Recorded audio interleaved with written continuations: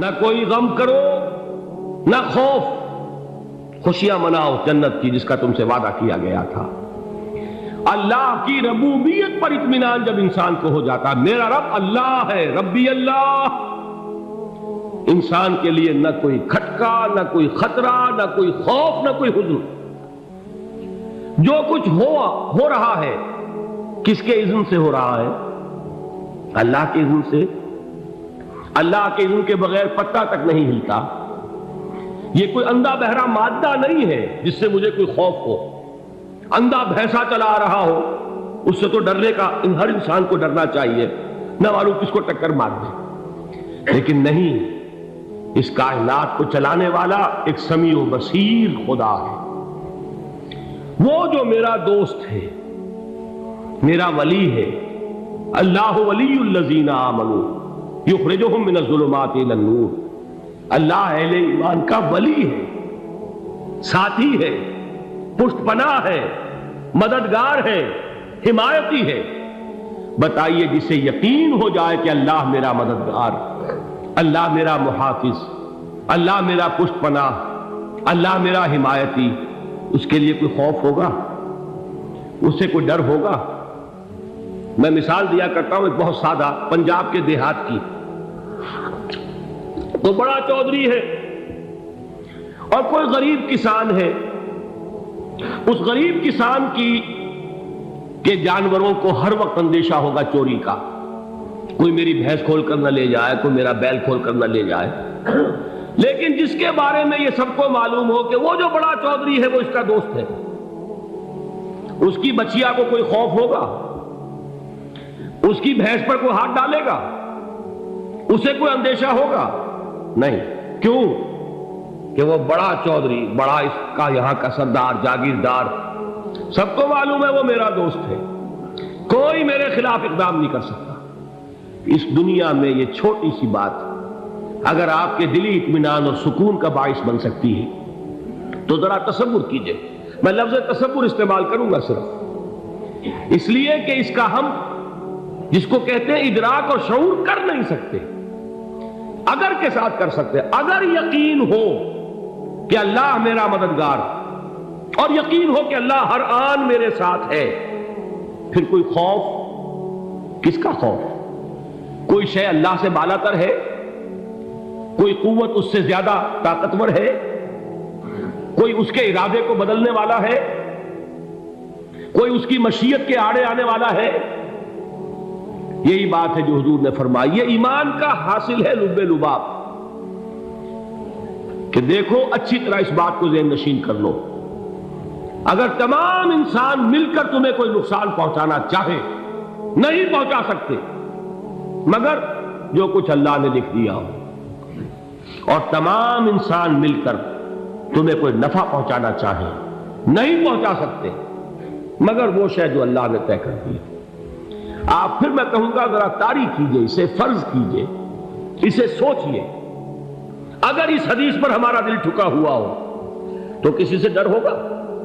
یہ مجھے نقصان نہ پہنچا دے، یہ میری رپورٹ خراب نہ کر دے، یہ میری انکریمنٹ نہ رکوا دے، یہ میرا یہ نہ بگاڑ دے، یہ میرا یہ نقصان نہ پہنچا دے۔ اس کا ڈر، اس کا ڈر، اس کا خوف، اس کی خوشامد، اس کے لیے جا کر طرح طرح سے اپنی عزت نفس کو ذلیل کروانا اس کے سامنے، یہ سب کچھ کیوں کرتا ہے انسان؟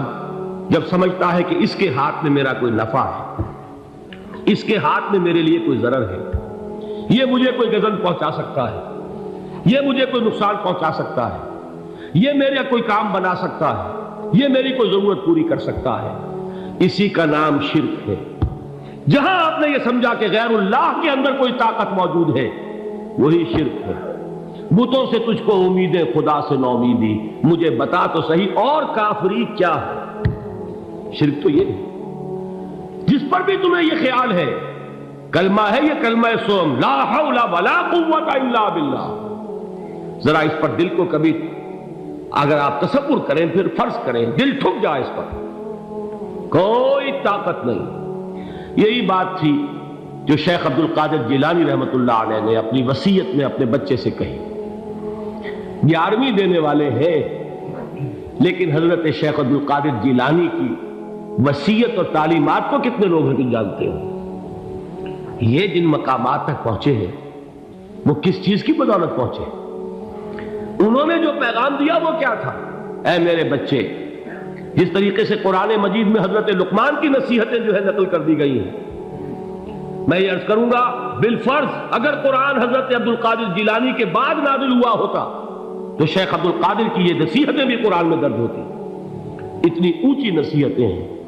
اے میرے بچے، اس حقیقت کو ذہن نشین کر لے، لا فاعل فی الحقیقت ولا مؤثر الا اللہ۔ اس کائنات میں نہ کوئی فاعل حقیقی ہے نہ مؤثر حقیقی ہے سوائے اللہ۔ کسی شے میں کوئی تاثیر نہیں اگر اللہ نہ چاہے۔ آگ جلا نہیں سکتی اگر اللہ نہ چاہے، پانی ڈبو نہیں سکتا اگر اللہ نہ چاہے، زہر ہلاک نہیں کر سکتا اگر اللہ نہ چاہے، کوئی چیز فائدہ نہیں پہنچا سکتی اگر اللہ نہ چاہے۔ تو در در پہ کیوں سر جھکاتے ہو؟ در در پر کیوں جبیں سائی کرتے ہو؟ سب کے سامنے کیوں ہاتھ پھیلاتے ہو؟ ایک اللہ سے مانگو، ایک اللہ کے سامنے زمین پر اپنی جبین رکھو۔ لا فاعل فی الحقیقت ولا مؤثر الا اللہ۔ نظر آتا ہے ہمیں کہ پانی پیاس بجھا دیتا ہے، پیاس بجھانے کی صلاحیت پانی میں نہیں ہے، اللہ کے اذن سے۔ کھانا بھوک مٹا دیتا ہے، بھوک مٹانے کی صلاحیت کھانے میں نہیں ہے، اذن رب میں ہے۔ دیکھیے یہی یقین تھا حضرت موسیٰ علیہ السلام کا واقعہ یاد کیجئے۔ سامنے سمندر آ گیا ہے، قوم دیکھتی ہے پیچھے کہ گرد و غبار کا طوفان ہے۔ معلوم ہوا کہ فرعون اپنے لشکر سمیت آ گیا۔ لشکر جب چلتا تھا تیز رفتاری کے ساتھ تو گرد و غبار کا جو طوفان اٹھتا تھا اس کا تصور کیجیے، اور لمحہ بلمحہ وہ قریب آ رہا ہے۔ پوری قوم نے کیا کہا؟ اے موسیٰ انا لمدرکون، اے موسیٰ ہم کو پکڑے گئے۔ قرآن مجید نے تو یہاں وہ باتیں نہیں لکھی ہیں، لیکن تورات میں یہ درج ہے کہ بنی اسرائیل جھگڑنے لگے، دست و گریبان ہو گئے موسیٰ کے ساتھ۔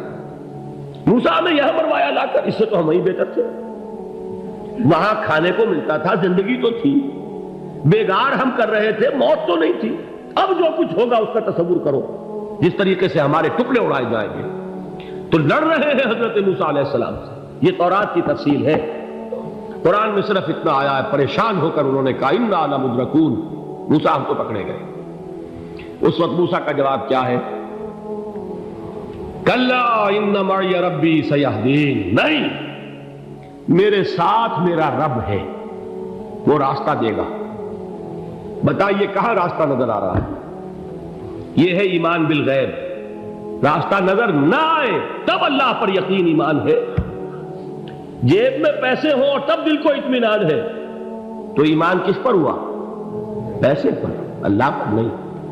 جب وسائل و ذرائع نہ ہو اور پھر یقین ہو کہ اللہ مسبب الاسباب ہے، وہ اسباب کا پابند نہیں ہے، وہ اسباب کا محتاج نہیں ہے، اسباب اس کے محتاج ہے۔ اگر یہ یقین ہے تو اللہ پر ایمان ہے، یہ نہیں ہے تو تمہارا ایمان اسباب پر ہے، وسائل پر ہے، ذرائع پر ہے، مادیات پر ہے، اللہ پر نہیں۔ اس وقت کہاں راستہ تھا؟ کوئی راستہ تھا؟ سمندر ہے اور ادھر سے لشکر آ گیا ہے۔ کلا ان معی ربی سیہدین۔ اب دیکھیے ایمان کہہ دینا آسان ہے، ہوا معکم اینما کنتم، جہاں کہیں بھی تم ہوتے ہو اللہ تمہارے ساتھ ہوتا ہے، لیکن اس کا یقین قائم ہو جائے تو زمین و آسمان کا فرق واقع ہو جائے۔ یہی بات ہوئی حضور کے ساتھ۔ غار ہے، چھپے ہوئے ہیں محمد رسول اللہ اور آپ کے وہ یار غار ابو بکر صدیق رضی اللہ تعالی عنہ۔ اقبال نے حضرت ابو بکر کی شان میں چند اشعار کہیں صرف، لیکن واقعہ یہ ہے کہ بھاری بھاری نظموں پر اور قصیدوں پر بھاری ہے، طویل ترین نظمیں اور قصیدے ہوں ان پر بھاری ہے۔ ہمتیں ابو بکر کی ہمت جو ہے، کشت ملت را چوں ابر، جیسے بارش سے کھیتی اپجتی ہے، ابو بکر کی ہمت اور عزیمت اس امت کو اسی طرح سینچنے والی ہے۔ ثانیے اسلام و غار و بدر و قبر، وہ دوسرے تھے اسلام میں، دوسرے پہلے کون تھے؟ انا اول المومنین، حضور فرماتے سب سے پہلا ایمان لانے والا میں، دوسرے ابو بکر۔ ویسے ہمارے ہاں یہ چلتا ہے اختلاف، حضرت علی پہلے ہیں کہ حضرت ابو بکر پہلے ہیں، لیکن اس میں بڑی خوبصورت تطبیق قائم کی ہے علماء نے، اور بہت صحیح ہے۔ چار کے بارے میں فیصلہ ہی مت کرو کہ کون پہلے، ان کی ایک عجیب تقسیم کر دی ہے۔ آزاد مردوں میں، بالغ مردوں میں سب سے پہلے ابو بکر، بچوں میں سب سے پہلے علی، خواتین میں سب سے پہلے خدیجہ، اور غلاموں میں سب سے پہلے زید بن حارثہ۔ بڑی پیاری تقسیم ہے، یہ چاروں ہی پہلے ہیں، ہر ایک کے لیے اولیت ہے۔ اور واقعہ یہ ہے کہ اگر زمانی اعتبار سے تعین ہوگا تو پہلے خدیجۃ الکبریٰ آئیں گی رضی اللہ تعالی عنہ، کسی اور سے بات کرنے کی نوبت بعد میں آ سکتی ہے، پہلے تو اہلیہ محترمہ سے بات ہوئی، آتے ہی پہلی وحی ہوئی ہے، ابھی تبلیغ کا حکم نہیں تھا، کس کو بتایا واقعہ؟ ابھی اپنی نبوت کی تبلیغ کا تو حکم ہی نہیں آیا، واقعہ کس کا ہے؟ وہ خدیجہ کا ہے۔ جب کہا ہے کہ خشیت علی نفسی، مجھے اپنی جان کا اندیشہ ہے، تو کیا جواب دیا خدیجہ نے رضی اللہ تعالی عنہا؟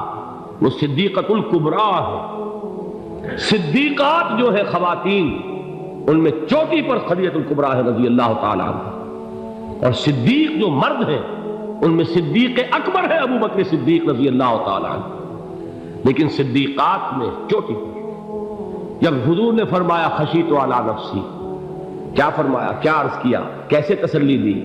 نہیں نہیں، اللہ آپ کو ضائع نہیں کرے گا، آپ غریبوں کے ہمدرد ہیں، آپ مساکین کے تکالیف رفع کرنے والے ہیں، آپ بیواؤں کی سرپرستی کرتے ہیں، آپ مسافروں کی خدمت کرتے ہیں، اللہ آپ کو ضائع نہیں کرے گا۔ یہ یقین ہے اس خاتون کے اندر۔ خیر وہ ایک علیحدہ بات ہو جائے گی۔ میرے دل پر حضرت خدیجہ رضی اللہ تعالیٰ عنہ کی شخصیت کا بڑا گہرا نقش ہے، جو وہ کوئی اور ہی وقت اور موقع ہوا تو بیان ہوگا۔ بہرحال اقبال نے ایک مصرے میں جو چار اولیتیں جمع کر دی ہیں، ہمتیں او کشت امت را چو ابر، ثانی اسلام و غار و بدر و قبر۔ اسلام میں حضور کے بعد پہلے کون؟ ابو بکر۔ غار میں حضور کے ساتھ کون؟ ابو بکر۔ بدر کی رات اللہ کا رسول سربسجود وہ جھاڑ، وہ گھاس پھوس کی جو جھوپڑی بنائی گئی تھی، اور وہاں تلوار ننگی لے کر پہرا دینے والا کون؟ ابو بکر۔ اور اس حجرہ عائشہ میں محمد کے بعد سب سے پہلے دفن ہونے والا کون؟ ابو بکر رضی اللہ تعالی عنہ وصلی اللہ علیہ وسلم۔ وہ جو معاملہ میں سنا رہا تھا غار ثور کا، حضرت ابو بکر بھی حضور کے خیال سے لرز گئے ہیں۔ آپ کو یاد ہوگا کہ جا کر پہلے تمام جتنے سوراخ تھے انہیں بند کیا ہے، ایک سوراخ رہ گیا تھا جس کو بند کرنے کے لیے کوئی کپڑا نہیں تھا، وہاں اپنی ایڑی رکھی ہے، تب کہا ہے حضور سے تشریف لائیے، اور اپنے زانو پر حضور کو لٹایا ہے، اور وہاں کسی موذی جانور نے کاٹا ہے، حضور کی آنکھ لگ گئی تھی، اس وقت اس بل کے اندر جو بھی بچھو ہے کیا ہے واللہ عالم، اس نے کاٹا ہے، اس کی تکلیف کی وجہ سے ابو بکر کی آنکھوں سے آنسو ٹپک گئے، حضور کے چہرے مبارک پر پڑے ہیں، تو حضور جاگے ہیں، معاملہ کیا ہے؟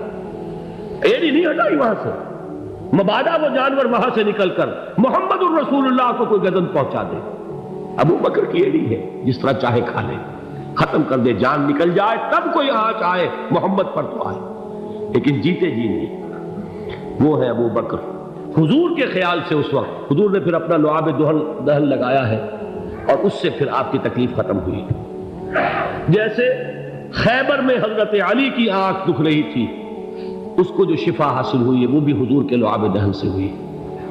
تو بہرحال اس وقت انہوں نے کہا ہے کہ اے نبی یا رسول اللہ، اگر اس وقت ان میں سے کسی نے غیر ارادی طور پر بھی اپنے قدموں کی طرف جھانک لیا تو پکڑے جائیں گے، کیا جواب تھا اللہ کے رسول کا؟ لا تحزن ان اللہ معنا، اللہ ہمارے ساتھ ہے، کیوں گھبراتے ہو ابو بکر؟ یہ ہے ایمان باللہ، میرا مالک اللہ، میرا رازق اللہ، میرا محافظ اللہ، میرا مددگار اللہ، میرا پشت پناہ اللہ، میرا دوست اللہ۔